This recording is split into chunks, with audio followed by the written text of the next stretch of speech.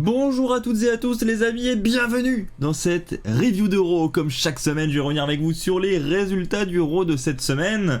Un Raw qui cette semaine a eu lieu du côté de Wichita, Kansas, le Raw du 12 juin 2023. Et on va commencer avec, en opener de ce show, un petit segment où Rhea Ripley va enfin avoir son nouveau titre. Et oui, depuis le temps qu'on en parle dans ces reviews de Raw, ce moment est enfin arrivé. Regardez-moi ce titre autour des hanches de Rhea Ripley.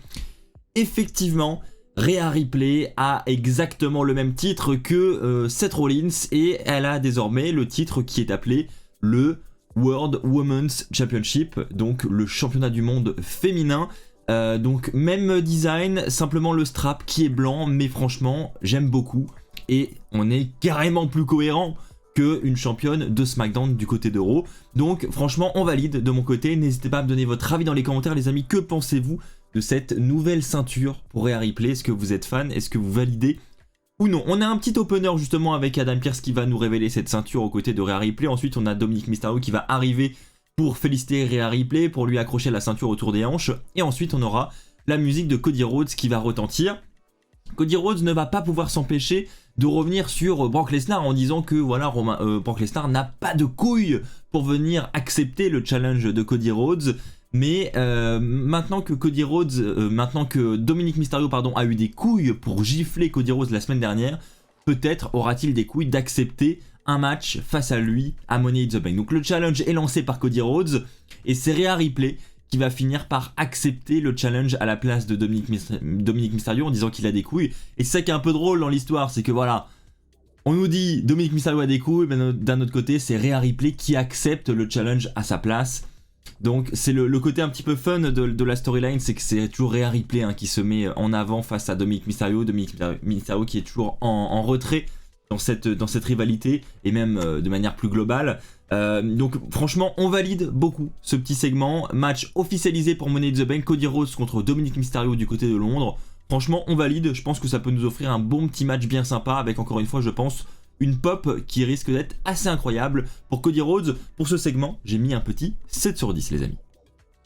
On continue avec la suite, c'est effectivement Cody Rhodes contre The Miz, puisque à la fin du segment on a The Miz qui va tenter d'intervenir pour frapper Cody Rhodes, mais Cody Rhodes va avoir le temps d'éjecter le Miz à l'extérieur et on enchaînera juste après les pubs avec ce match 1 contre 1 qui était prévu entre les deux hommes. Dans ce match, match assez équilibré, mais quand même on sent que Cody Rhodes a clairement l'avantage sur The Miz. On voit très bien que Cody Rhodes se dirige vers la victoire pour ce match. On voyait mal Cody Rhodes perdre ce match, c'était l'un des matchs assez prévisibles de ce Raw. D'ailleurs vous avez été nombreux à parier sur WrestlingBet sur ce match et à parier en faveur de Cody Rhodes. Beaucoup ont gagné pas mal de crédits d'ailleurs cette nuit sur ce match. Donc félicitations à vous d'ailleurs. Une petite mise à jour arrive très bientôt pour WrestlingBet, je tiens à vous informer. Des petites nouveautés bien sympas. Si vous n'avez pas encore l'appli, n'hésitez pas à l'installer dès maintenant. Donc voilà, un match sympa entre les deux qui se terminera par une victoire de Cody Rhodes, victoire clean, et donc Cody Rhodes qui lance déjà une petite idée de ce qui attend Dominic Mysterio du côté de Money in the Bank. Pour ce match j'ai mis un 7 sur 10. On enchaîne avec le troisième point de la soirée avec Becky Lynch qui effectivement va affronter Chelsea Green, mais juste avant ça elle va faire un petit speech en nous parlant de cette mallette Money in the Bank, en la mettant bien en avant, en la mettant en valeur pour montrer son pouvoir. Elle sera ensuite coupée par Chelsea Green et ce qui va ensuite nous mener à ce match entre Becky Lynch et Chelsea Green. Bon, un match relativement court, pas le plus intéressant du monde, mais j'ai envie de vous dire que c'est pas le pire match que nous ayons eu dans cette soirée, on va en reparler un peu plus tard. Donc voilà, j'ai passé quand même un bon petit moment, j'ai bien aimé le petit segment entre Zoey Stark et Becky Lynch, parce que c'est Zoey Stark, pardon, je crois que j'ai dit Chelsea Green tout à l'heure, c'est Zoey Stark qui va intervenir parce que il y a toujours cette mini rivalité entre Becky Lynch et Zoey Stark. Zoey Stark qui dit ok Becky, t'as accompli beaucoup de choses, t'as beaucoup de choses dans ton palmarès, mais la seule chose que tu n'as pas dans ton palmarès c'est triche, tu n'es pas triche, et ça c'est un gros manque dans ton palmarès. Donc voilà, ça continue entre les deux, ça risque de se poursuivre je pense après Money in the Bank également. Je pense que Money in the Bank est juste une petite escale où les deux vont participer au ladder match et puis ça va reprendre en direction de SummerSlam. Enfin je le vois bien comme ça en tout cas personnellement, et ça me dérange pas parce que voilà, je pense qu'il y a de bonnes choses à faire entre ces trois femmes. Pour conclure, note de ce segment, un petit 6 sur 10. Ensuite, nous avons un match de qualification pour la dernière place du côté du Money in the Bank masculin. Effectivement, Riddle affronte Damien Priest, un match qui était là aussi disponible sur WrestlingBet. D'ailleurs, vous avez été là aussi très nombreux à parier, et là c'était un peu plus équilibré, un peu plus partagé. Et justement, ils nous ont bien mis le doute jusqu'à la fin parce que le match était relativement équilibré entre les deux catcheurs. Moi, j'ai été agréablement surpris par la qualité de ce match. Je sais pas vous, vous allez me le dire dans les commentaires, et moi j'étais à fond dedans dans ce match. J'ai trouvé qu'il était vraiment bon jusqu'à la fin. Je pensais qu'une victoire de Riddle était possible, voilà, avec on ne sait pas, une intervention, ou enfin voilà, on pouvait imaginer plein de scénarios possibles. Là ça se termine de manière clean, et c'est effectivement Damien Priest qui va remporter la victoire, mais voilà, c'était tout de même équilibré, et voilà, le spot final est pas mal. Le Razor Edge, je crois ça s'appelle, de Damien Priest, du haut de la corde. Franchement, c'est un beau finish, et encore une fois un match rempli de suspense comme on les aime. Pour cette raison, j'ai mis un 8 sur 10 à ce match. On enchaîne avec le 5e point de la soirée. C'est la guerre entre 3 superstars, et oui, ça a commencé il y a 3 semaines déjà. Petite guéguerre entre Bronson Reed et Ricochet de base, mais maintenant Nakamura semble lui aussi impliqué. Puisque voilà, Shinsuke Nakamura est venu coûter le match à Ricochet et Bronson Reed qui s'affrontaient cette semaine. Voilà, Shinsuke Nakamura est venu attaquer Bronson Reed, ce qui fait que Bronson Reed a remporté le match par disqualification. Ça n'a pas plu à Ricochet, donc ça commence également à monter entre les deux catcheurs. Alors pour l'instant ça va, on n'est pas au stade de la guéguerre, mais ça ne saurait tarder parce qu'en coulisses, il y a Ricochet qui va aller voir juste après ce spot Adam Pearce en lui disant « Je veux Bronson Reed la semaine prochaine ». Et Adam Pearce va lui dire c'est pas possible, Bronson Reed a déjà un match. Et il se trouve que c'est Nakamura qui a déjà fait la demande de match face à Bronson Reed avant Ricochet. Et donc les deux vont commencer à s'embrouiller un petit peu à ce sujet-là. Donc ça sent quand même un bon petit match triple menace qui va arriver très prochainement. Là, je me dis en match triple menace, ça peut être intéressant, cette petite rivalité. Mais là, en attendant, on est mieux que ce qui s'est passé la semaine dernière avec ce match qui n'a même pas démarré et voilà, où le spot a duré que 2-3 minutes. Mais bon, pour l'instant, c'est pas foufou. J'attends de voir la suite. Pour l'instant, j'ai mis un 6 sur 10 à ce segment. On enchaîne maintenant avec un truc très intéressant. Finn Balor qui veut le titre de champion du monde de Seth Rollins. Effectivement, on s'en doutait un petit peu. On se doutait que Balor allait être le prochain challenger. Et on a déjà pour commencer un très beau speech de Finn Balor. Bon, alors malheureusement, la foule n'est absolument pas dedans et gâche un petit peu ce speech, je trouve. Mais sinon, en soi, Balor revient évidemment sur ce match à SummerSlam 2016 face à Rollins où il est devenu champion du monde et où Rollins, suite à cette blessure, lui a coûté 1 an de sa carrière, lui a coûté ce titre et lui a coûté beaucoup de choses. Donc voilà, il reproche à Rollins le fait de l'avoir blessé à SummerSlam 2016. Il va demander à Rollins de venir sur le ring, ce que Rollins va faire. Et donc voilà, c'est là où il va commencer à lui reprocher tout ça. Et en gros, il va lui dire, écoute, maintenant, je veux une revanche sur tout ça, je te veux à Money in the Bank dans un match pour le titre de champion du monde poids lourd. Et là, Rollins va lui dire, ok, tu veux un match, ok, tu veux rattraper ces 7 ans de carrière où tu n'as absolument rien fait, pas de soucis. Maintenant, qui vais-je affronter du côté de Money in the Bank? Est-ce que c'est le démon? Ou est-ce que c'est le Finn Balor qui n'a rien foutu ces 7 dernières années? Donc voilà, il le tacle un petit peu violemment. Et donc on ne sait toujours pas à la fin de ce segment si c'est le Finn Balor en démon ou le Finn Balor classique entre guillemets qui va affronter Rollins du côté de Money in the Bank. Mais en attendant, le match est officiel. Nous aurons un match pour le titre poids lourd du côté de Money in the Bank, Seth Rollins contre Finn Balor. Reste à savoir si nous aurons le Balor en mode démon ou pas.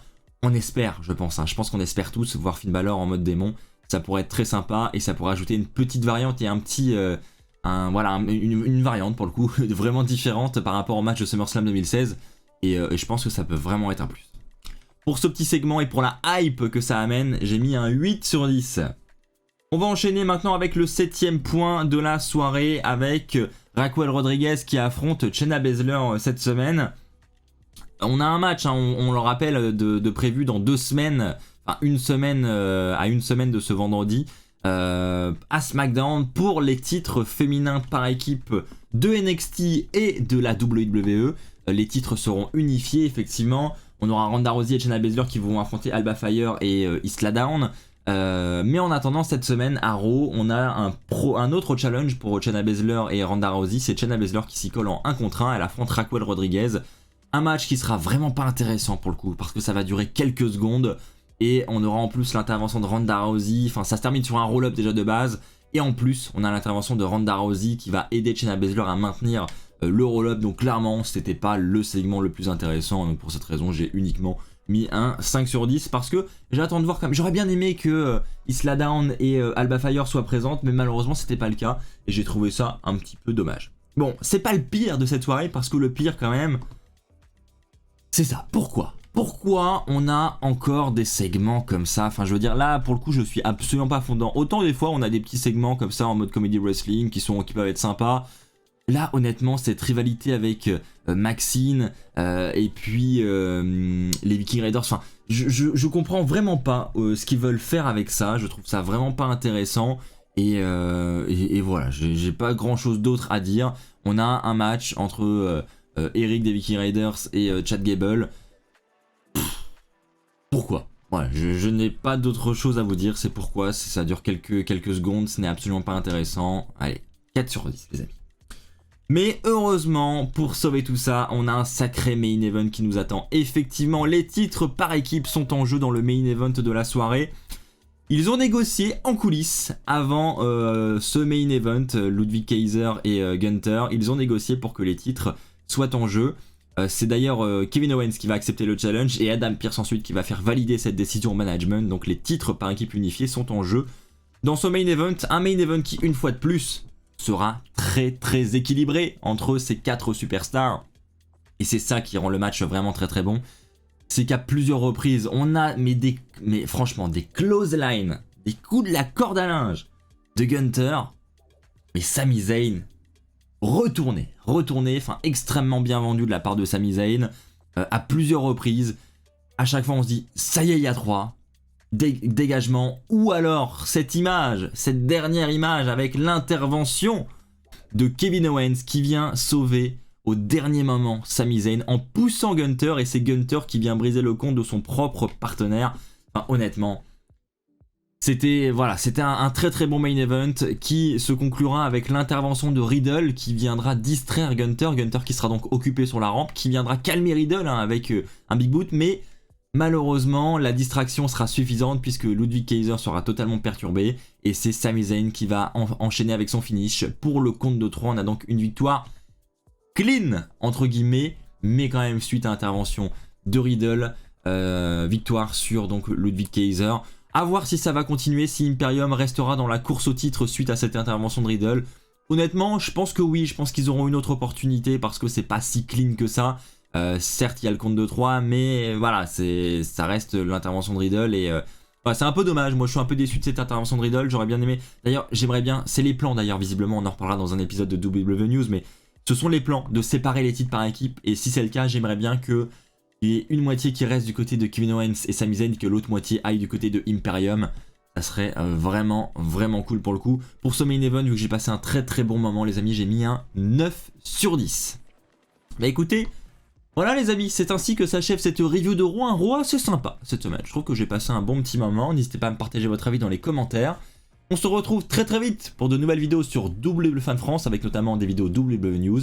D'ici là, portez-vous bien. Et n'oubliez pas les amis, soyez toujours très fiers d'être fans de catch. Allez, bye tout le monde!